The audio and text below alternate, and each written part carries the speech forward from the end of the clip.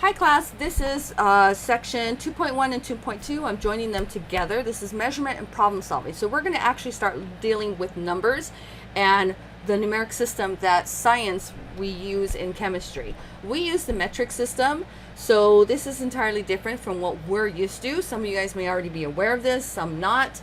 But for instance, length, we use a meter, not a yard. So 1 meter is equal to 1.094 yards. 1 gram is equal to 0.002204 pounds.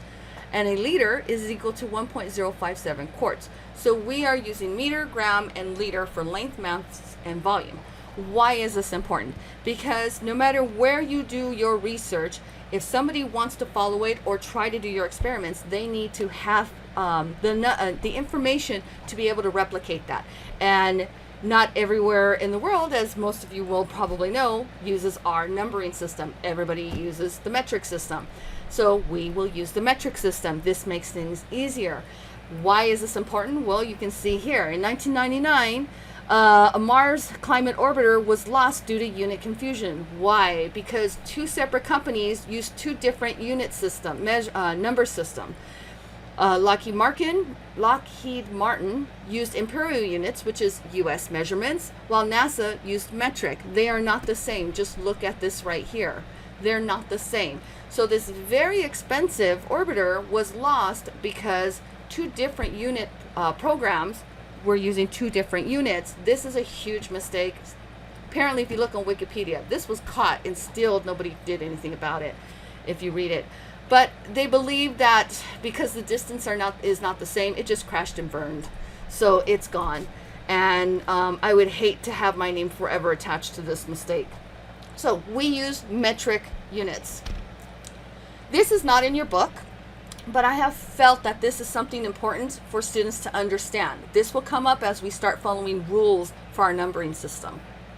You need to understand the place value of numbers.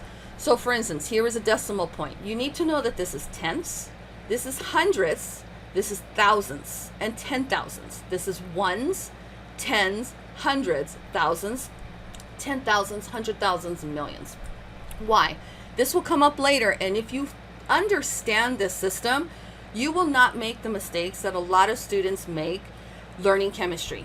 And because there's a lot of rules that you have to follow, and a lot of students have a hard time. If you can figure this out and understand this placement, you will make your life a lot easier when it comes to this. So here we go, and we look at this number here, 2,518 grams.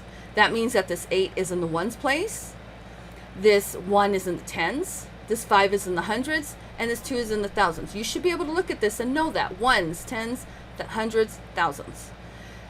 Here we go. A silver coin has a mass of 6.407 grams. 6 is in the ones. Now on the other side of the decimal, this is less than 1. So that means that 4 is in the tenths, 0 is in the hundredths, and 7 is in the thousands. Why is that going to matter? Because as we start getting into more rules, we're going to have to flip through some systems, and you will get lost very easily if you don't know where the place value is on numbers. We will come up to that. Next, we're going to look at scientific notation. So scientific notation is a way to write very large or very small numbers. Why does this matter? Because you really don't want to write a number with 23 zeros behind it. It's easier to use scientific notation. You can plug this into a calculator and let the calculator put all those zeros for you. That makes life much easier. So let's break down how to write a scientific notation. There are two parts. It has a coefficient, which means the number, and then it has a power of 10.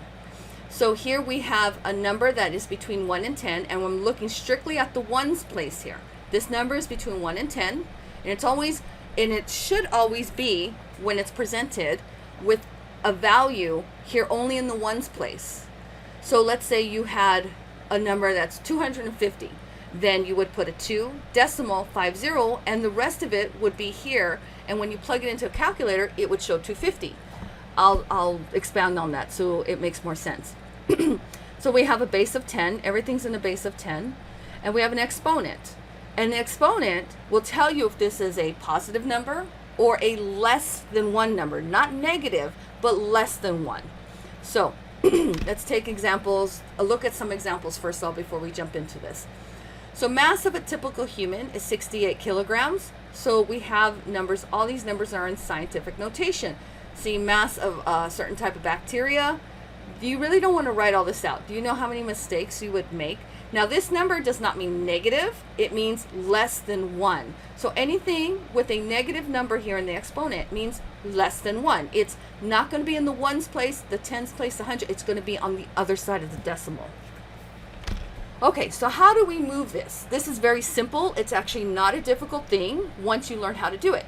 So let's take a look at this number here. We have 156,000. We need to put this in scientific notation.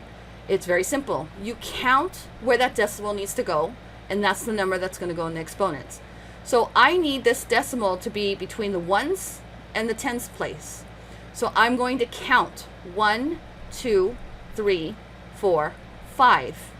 And that is going to give me the 5 that I add there. I'm going to remove the zeros at the end.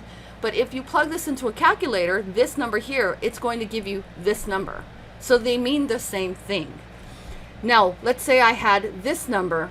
How do I get back to that? Very simple. You start adding zeros. You add spots. So let's say I have it here.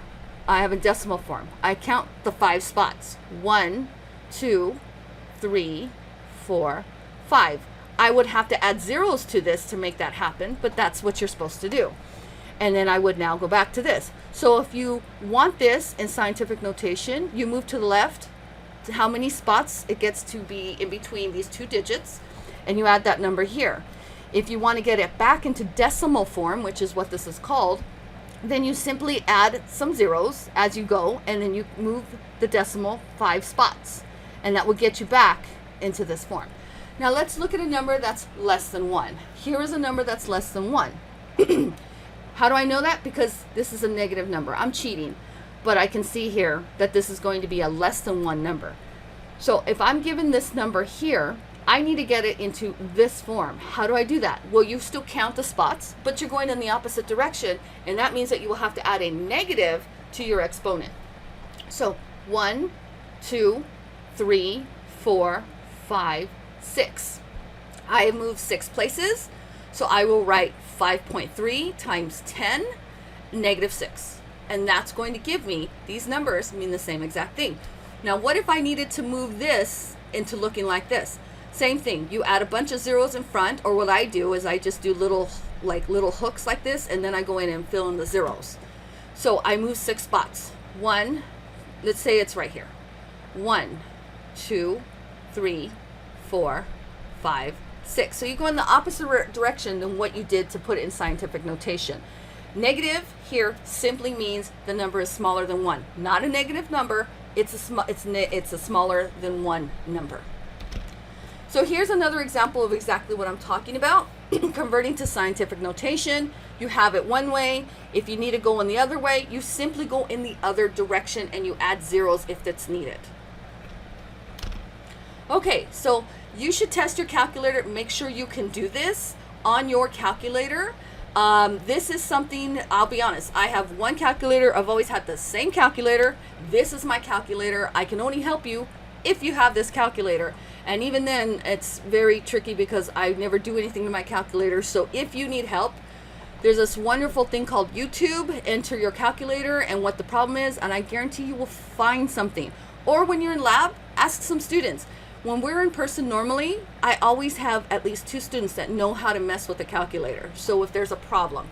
But this is the calculator I have. Cost me $10. I bought it at Rite Aid. I bought it at Target. I have a few. And the only difference between these versions is that you see this one says 10 times 10x. It means the same thing as exponent. These 2 buttons mean the same thing. So how I would write this is I would 1.2 hit this up, and it'll come up with a, it's not on here, but it'll show a little 10 and an X.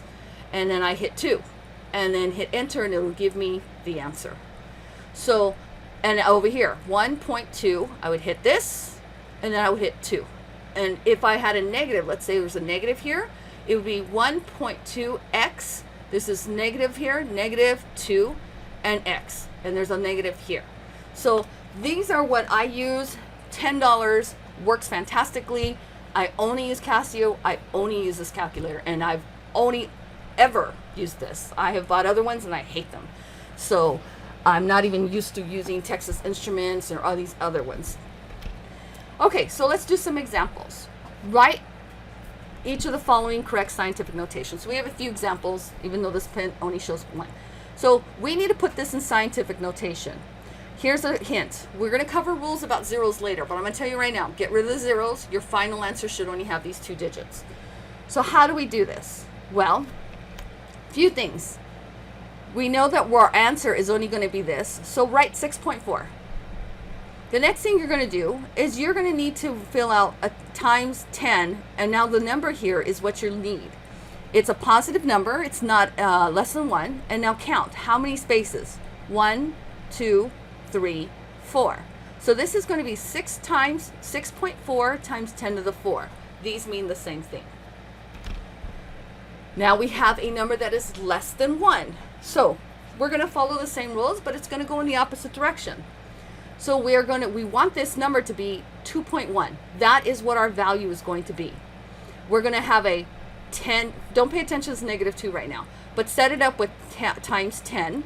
And now we want to figure out what this one is. So how do we figure that out? Well, we move the decimal, 1, 2. So we move it, but because this number is less than 1, you have to put a negative number. And that is how you write these. They're very easy, and you just go in the opposite direction if you want to get it out of scientific notation. So here is that. If you want to put it in scientific notation, you put it one way. And if you want to get it out of scientific notation, you go in the other direction and you count the same spots. The number of moves for that decimal. Not difficult at all. Now, you may be given a number and it's non-scientific notation. How do I write this number? Let's say I give you the number 2. Just the number 2, nothing to it. And I tell you to write that in scientific notation. Well, how do you do that? It's very simple. All these 10s mean something. So 10 with a 0 actually just means 1. 10 with a 1 means 10. So if I gave you just the number 2 and told you to write in scientific notation, this is how you would do it. This really just means 2 times 1. And if you had 300, so these are just examples to show you how to write this, how to write these out. And you should try these. You should try to write it one way and then move it to the other way to make sure that you are comfortable with this. And that's it.